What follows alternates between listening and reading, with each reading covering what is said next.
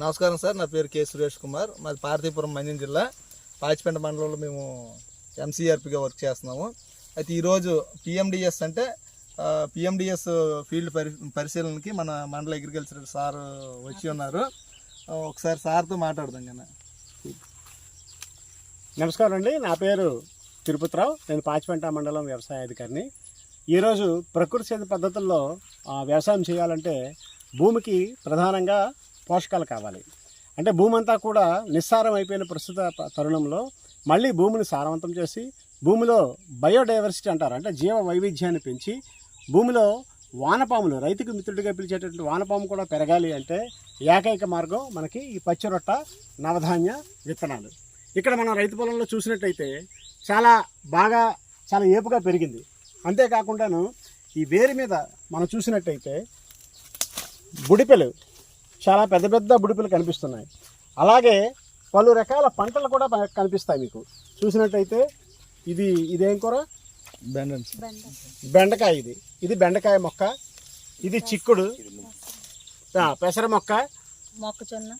అలాగే మీరు చూసినట్టయితే ఇది ఒక మొక్కజొన్న, నువ్వులు, అలాగే కట్టెజనుము విత్తనాలు. ఇలాగా రకరకాల పంటలు వేసి ఒకేసారి పండించడం వలన దీని ఉద్దేశం ఏంటంటే ఎక్కువ రకాలు, ఇంకా చాలా రకాలు ఉన్నాయి, అన్ని రకాలు కలిపి ఒక 10 నుంచి 15 కిలోల విత్తనాలు చల్లటం వలన ఏమవుతుందంటే ఒక్కొక్క వేరు వ్యవస్థ చుట్టూ ఒక్కొక్క రకమైనటువంటి జీవద్రవ్యం అనేది ఏర్పడుతుంది. ఈ ఒక్కొక్క రకమైన జీవద్రవ్యం ఎప్పుడైతే ఏర్పడిందో ఆ జీవద్రవ్యంలో స్పెసిఫిక్గా ఉండేటటువంటి పోషకాలు అనేవి పంటకి అందుతాయి. సపోజ్ ఇది మొక్కజొన్న. ఈ మొక్కజొన్న చుట్టూ ఒక రకమైన జీవద్రవ్యం ఏర్పడుతుంది. ఇక్కడ ఉండేటటువంటి పోషకాలు, ఇక్కడ ఉండేటువంటి వాతావరణం, ఇక్కడ ఉండేటువంటి జీవ వైవిధ్యం సెపరేట్గా ఉంటుంది. అలాగే మీరు ఈ జీలిక మొక్కలు తీసుకుంటే ఈ జీలిక మొక్కల చుట్టూ ఉన్న వేరు వ్యవస్థ చుట్టూ ఉండేటటువంటి పోషకాలు, జీవద్రవ్యము, పోషకాలు, అలాగే ఇక్కడ ఉన్న బయోడైవర్సిటీ, జీవ వైవిధ్యం అనేది సెపరేట్గా ఉంటుంది. కాబట్టి ఇలా రకరకాల జీవ ద్రవ్యాలు ఉండటం వలన భూమిలో అనేక రకాలైన పోషకాలు, పంటకు కావలసిన పోషకాల్లో సూక్ష్మ పోషకాలు అంటాము, స్థూల పోషకాలు అంటాం. రైతు ఇచ్చేది కేవలం స్థూల పోషకాలు, నత్రజని, భాస్వరము, పొటాషియం మూడు మాత్రమే యూరియా, డిఏపి, పొటాష్ పద్ధతుల్లో వేస్తున్నాడు. సూక్ష్మ పోషకాల్లో కేవలం జింక్ మాత్రమే ఎక్కడైనా లోపాలు కనిపిస్తే చల్లుతున్నాడు, లేదా ఐరన్ ఎక్కడైనా లోపం కనిపిస్తే పిచికారీ చేస్తున్నాడు. కానీ పంటకు కావలసినటువంటి అనేక రకాలైన పోషకాలన్నీ కూడా భూమిలో లభిస్తాయి. ఎలాంటి సూక్ష్మ పోషక లోపాలు లేకుండా పంట ఆరోగ్యవంతంగా పెరుగుతుంది. అంతేకాకుండాను ఎప్పుడైతే దీన్ని కలిదున్నామో, ఇది కలిదుని ఇప్పుడు పూత దశకు వచ్చింది, మీరు చూసినట్టయితే దీన్ని కలిదున్నుతాం. ఎప్పుడైతే కలిదున్నామో ఇది భూమి అంతా కూడా సారవంతం అవుతుంది. అలాగే భూమి గుల్లబారుతుంది. ఇలా 2-3 సీజన్లు మనం కంటిన్యూ చేయటం వల్ల కలుపు సమస్య కూడా తగ్గుతుంది. ఇన్ని రకాలైనటువంటి లాభాలు ఉన్నాయి. ఇలా పలు పంటలు మనం పండిస్తున్నాం. ఒకే దగ్గర అనేక రకాలైన విత్తనాలు వేసి మనం పంటలు పండిస్తున్నాం అనమాట. దీనివల్ల ఏమవుతుందంటే పశువుల మేతకి పనికి వస్తుంది, కూరగాయలు అవి వేయటం వలన అదనపు ఆదాయం వస్తుంది, భూసారం కూడా జరుగుతుంది. అంతేకాకుండా దీనివల్ల ఇంకొకటి కూడా ఉంది. మనము జనరల్గా ఈ నవధాన్య పచ్చిరొట్ట విత్తనాలు ఏప్రిల్ లేదా మే నెలలో వేసుకుంటాం. మే నెలలో వేసుకోవడం వల్ల అప్పుడు అధిక ఉష్ణోగ్రతలు ఉంటాయి. అధిక ఉష్ణోగ్రతలకి ఏమవుతుందంటే భూమిలో ఉండేటువంటి అనేక రకాలైన పోషకాలన్నీ కూడా ఆవిరైపోతూ ఉంటాయి. అలా కాకుండా భూమిని నిరంతరం కప్పి ఉంచి, చల్లగా ఉంచి, ఆ భూమిలో ఉండే పోషకాలకి ఎలాంటి నష్టం కలగకుండా చేయడమే ఈ నవధాన్యాల యొక్క ప్రధాన ఉద్దేశం. మీరు ఇప్పుడు ఇక్కడ చూసినట్టయితే రకరకాల వేరు వ్యవస్థలు ఉన్నాయి. వరుసగా చూడండి. వాటన్నిటి మీద కూడా బుడిపెలు కూడా ఉన్నాయి. ఈ బుడిపెల్లో రైజోబియం అనేది ఉంటుంది. ఈ రైజోబియం అనేది గాలి నుంచి నత్రజని తీసుకుని, అంటే ఈ రైజోబియాన్ని యూరియా ఫ్యాక్టరీ అని పిలవచ్చు.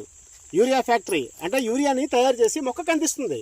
మనం మళ్ళీ కొత్తగా రసాయన ఎరువుల్ని వేసుకోవాల్సిన అవసరం లేదు. ఏ రైతైనా సరే ప్రకృతి వ్యవసాయం చేద్దాము అనుకుంటే తొలి మెట్టు నవధాన్య పచ్చిరొట్ట విత్తనాలు. నవధాన్య పచ్చిరొట్ట విత్తనాలు వేయకుండా సెకండ్ దేనికి వెళ్ళినా సరే పోషకాలు సరిగ్గా అందక నష్టపడే అవకాశం ఉంది. కాబట్టి ఈ నవధాన్య పచ్చిరొట్ట విత్తనాలు తప్పనిసరిగా వేసుకుని ఆ తర్వాత మాత్రమే ప్రకృతికి వ్యవసాయానికి వెళితే ఎలాంటి నష్టాలు లేకుండా అధిక లాభాలను పొందవచ్చు. దీనివల్ల వచ్చే లాభాలని మనం మన రైతు మాటల్లోనే వినొచ్చు. అందరికీ నమస్కారం అండి. నేను మే నెల 15వ తారీఖుని ఇక్కడ చల్లడం జరిగింది. 18 రకాలండి. చిరుధాన్యాలు 5 రకాలు, 5 రకాల పప్పు ధాన్యాలు, 5 రకాలు ఆకుకూరల విత్తనాలు. ఇవి కాకుండా 3-4 రకాలు తీగజాతి జల్లించానండి. బీర, ఆనబ, చిక్కుడు, అలాగా తీగజాతి విత్తనాలు కూడా జల్లాను. మొత్తం 18 రకాలు కూడా వచ్చాయి. వీటిల్ని సార్ చెప్పారు 45 రోజుల తర్వాత కోసి ఆవులకి మేత కింద వాడమని. అలాగే వాడుతున్నాయి, ఇంకా తరగలేదు సార్. కంటిన్యూ ఇలా మేతకి వాడడం జరుగుతుంది.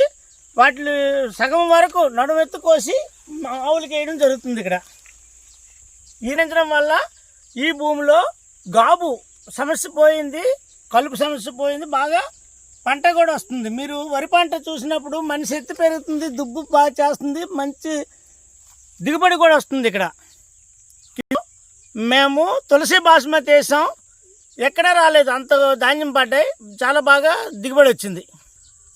కాబట్టి రైతులు అంతమంది కూడా ఈ విధంగా నవధాన్యం వేసుకోవడం వల్ల ఉపయోగాలు సార్ చెప్పారు. రైతులు అంతమంది కూడా ఈ విధంగా నవధాన్యాలు వేసుకొని అధిక దిగుబడులు పొందాలనుకొని కోరుచున్నాము. అలాగే సార్ కూడా మాకు ఇంతవరకు చేసిన సహాయాన్ని బట్టి, అలాగే వచ్చి క్లాస్ చెప్పి వీడియో చేయడానికి అవకాశం ఇచ్చినందుకు వరకు సార్కి మా హృదయపూర్వక ధన్యవాదాలు తెలియజేసుకుంటున్నాం. Thank you sir. ధన్యవాదాలు సార్.